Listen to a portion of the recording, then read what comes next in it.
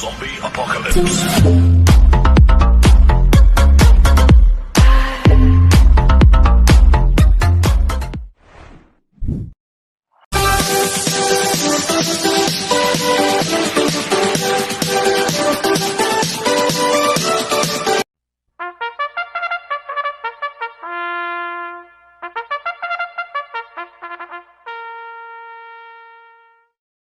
Magandang araw po mga bayang karerista.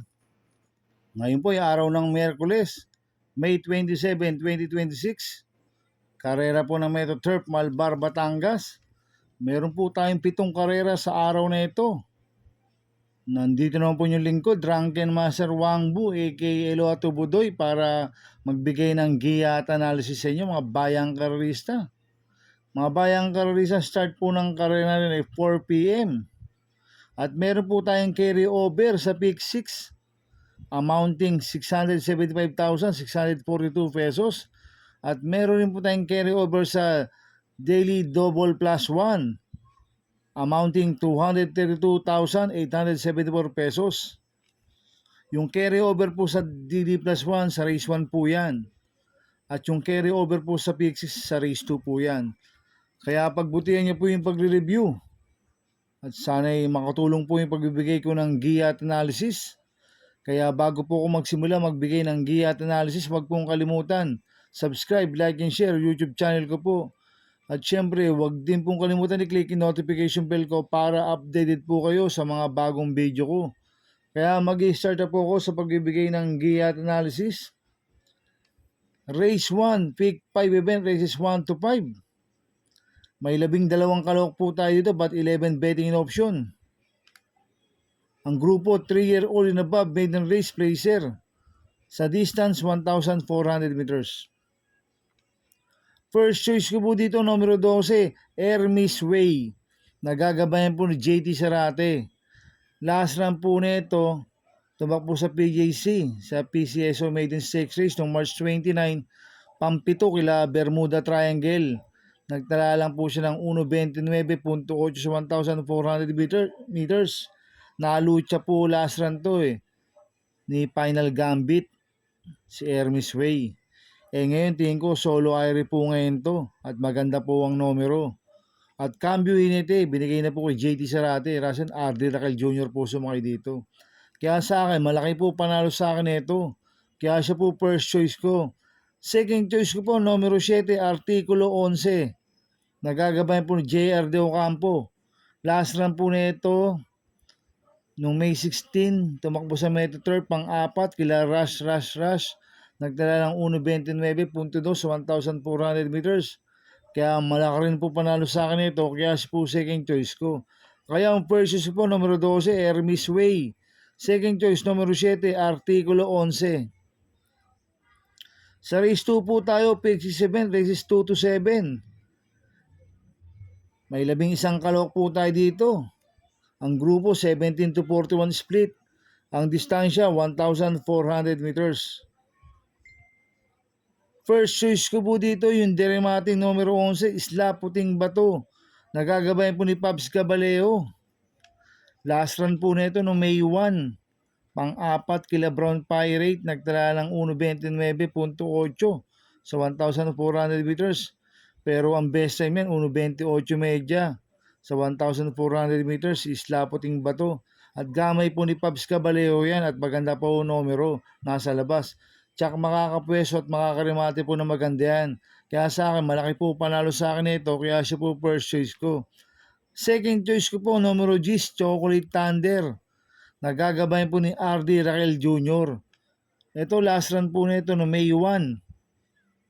Bugaw kila Brown Pirate, nagtala ng 1.32 media sa 1,400 meters, pero may best time na 1.27.2 sa 1.4 yan, si Chocolate Thunder. At cambio inete, binigay na po kay RD Raquel Jr. Last run, NJ Steven po sumakay dito. Ito, bigyan lang po ng importansya ng connection po to. Malaki rin po panalo sa akin ito, kaya si po second choice ko. Kaya ang first choice po, numero 11, Isla Puting Bato. Second choice, numero 10, Chocolate Thunder. Sa race 3 po tayo, Peak 5 event, races 3 to 7.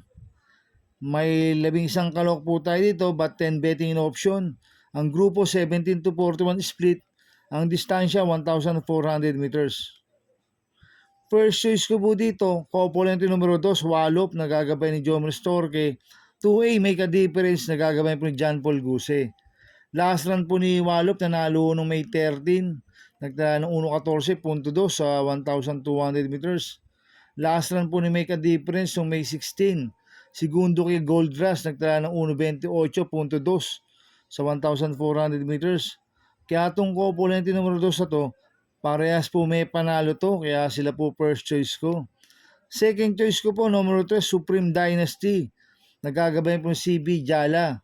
Ito, last run po ni Supreme Dynasty noong May 1. Tarsero ko Lamani for Bipani, nagtala ng 1.29 sa 1,400 meters. Kaya sa akin, may panalo po sa akin to, kaya si po second choice ko. Maglalagay po ako ng third choice na pandiyado, numero 6, Blue Thunder. Nagagabay po ni JT Pabilik. Last run po nito no May 1, pang-anim kila Sting, nagtala ng 1.30.2 sa 1,400 meters. Ito, lumundag lang ng maayos po to sa Blue Thunder. Kaya sa akin, siya po yung third choice ko na pandiyado. Kaya ang first choice ko po, couple numero 2, Wallop, 2A, Make a Difference. Second choice, numero 3, Supreme Dynasty. Third choice ko na pandiyado, numero 6, Blue Thunder. Sa race 4 po tayo, pick for event races 4 to 7. May 11 kalok po tayo dito. Ang grupo 42 to 56 split. Ang distansya 1,400 meters. First choice ko po dito, numero 3, Mang Nano. Nagagabay po ni RD Raquel Jr. Last run po nito no May 1. Panglima kala Tadeus, nagtala ng 1.27.2 sa 1,400 meters. Pero nung April 18, nanalo yan, nagtala ng 1.26.2 sa 1,400 meters si Mang Nano. Kaya sa akin, malaki po panalo sa akin ito, kaya siya po first choice ko. Ang second choice ko po, numero 5, Tapsar. Nagagabay po ni A.R. Ramos. Last run po nito no May 16. Segundo kay River Rose, nagtala ng 1.26 sa 1,400 meters. Kaya sa akin, may panalo po sa akin to, kaya po second choice ko. Maglalagay po ko ng third choice sa pandiyado, numero 1, Warchip. Nagagabay po ng RC Baldonido. Last run po na ito no May 1, pang-pito kila Tadeus, nagtala ng 1.28.2 sa 1,400 meters. Pero nung April 4, nanalo siya, nagtala ng 1.27.2 sa 1,400 meters. Itong si Warchip, pwedeng parimatiin at pwedeng iuna. Maganda po sa posisyon niya, nasa balya. Kaya sa akin, siya po yung third choice ko na pandiyado. Kaya ang first choice ko po, numero 3, Mang Nano. Second choice, numero 5, Tapsar. Third choice ko na pandiyado, numero 1, Warchip. Sa race 5 po tayo. May 10 kalawak po tayo dito. Ang grupo, 42 to 56 split. Ang distansya, 1,400 meters. First choice ko po dito, numero 5, Parisian Life. Nagagabayan po ni JR De Ocampo. Last run po nito no May 15, Tarsero kal Flywheel, nagtala ng 1.13.8 sa 1,200 meters. Pero nung April 19, nanalo yan, nagtala ng 1.26.2 sa 1,400 meters. Ang tinalo niya si Nefer Hure at si Doña Leoncia, si Parisian Life. Kaya sa akin, malaki po panalo sa akin ito, kaya siya po first choice ko.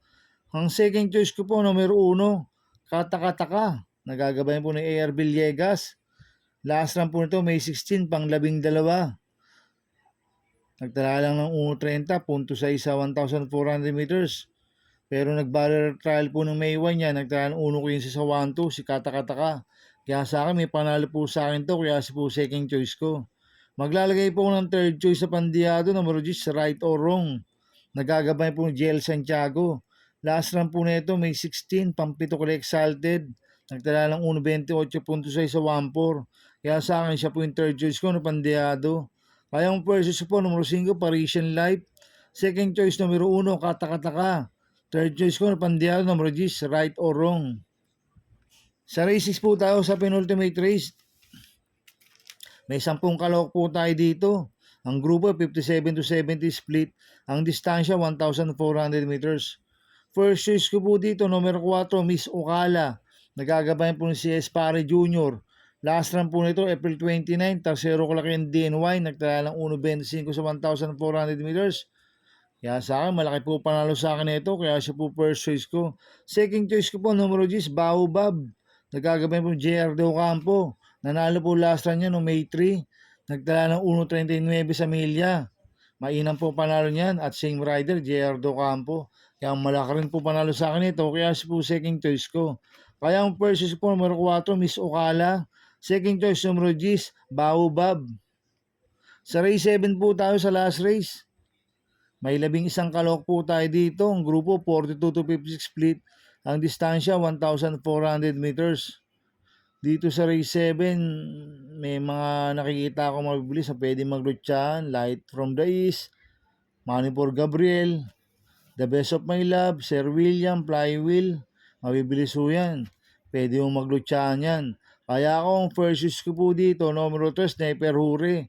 Nagagabay po ni JB Hernandez. Last run po nito nung May 6. Pang siyam kila Shade Green. Nagtala lang ng 1.27.8 sa 1.4. Di maganda tinakbo nito last run. Pero ngayon ay cambio initi po ngayon. JB Hernandez. Lasang kay Malapira po sumakay dito. At swerte po si JB Hernandez ngayon. Kaya sa akin, malaki po panalo sa akin ito. Kaya siya po first choice ko. Second choice ko po yung nagbabalik na numero 5, Front Runner. Nagagabay po ni JR De Ocampo. Ito nag-barrel trial noong April 18. Nagdala ng 1.16 sa 1.2. Ang kwartos po niya, 25 media, 23 media, 27, 1.16 po ang prebo ni Front Runner sa barrel trial niya sa distance 1,200 meters. Kaya sa akin, may panalo po sa akin to, kaya si po second choice ko. Maglalagay po ako ng third choice sa Pandiado, numero 7, Grand Majesty. Nagagabay po ni Air Villegas. Last run po nito, April 29, segundo kay Mahusay High, nagtala ng 1.28 sa 1,400 meters. Kaya sa akin, siya po yung third choice ko na Pandiado. Kaya ang first choice ko po, numero 3, Sniper Hure. Second choice, numero 5, Front Runner. Third choice ko na Pandiado, numero 7, Grand Majesty. Good luck in happy racing mga bayang karista. Inuulit ko, ito gabay ko lang at analysis ko. Pero pagdating sa tayan, kayo pa din na masusunod. Sana ay swertihin tayo at magsitama. Kaya good luck po sa ating lahat mga bayang karista. Mga bayang karista, shoutout muna ako. Happy racing po sa teller ng Top Shot kay Marvin Masiglat. Mahusay na teller po yan. At happy racing po sa kaklase ko, technician ng Metro Turf, Randolph Pangilinan. Shoutout sa iyo. At happy racing po sa mga boss ko, kay Boss Toto de la Cruz, kay Boss Manuel Chua, kay Boss Manny Caplis, kay Boss Godo Predo, kay Boss Bernard Carpio, kay Ninong Rigor Costada. Happy racing po. At happy racing po sa mga kagrupo ko sa Team Budoy. At happy racing po sa Team Maceda, kay Boss Edward Maceda, kay Boss Oliver Maceda, kay Boss Maki Maceda. Happy racing po. At happy racing po sa mga kagrupo ko sa Ping Ping Boys. Kaya mga bayang kararisa, please subscribe my YouTube channel at Budoy 2.0. At sana lagi nyo pong panoorin ang ads ko, huwag nyo pong skip. Kaya maraming salamat po sa inyo and God bless.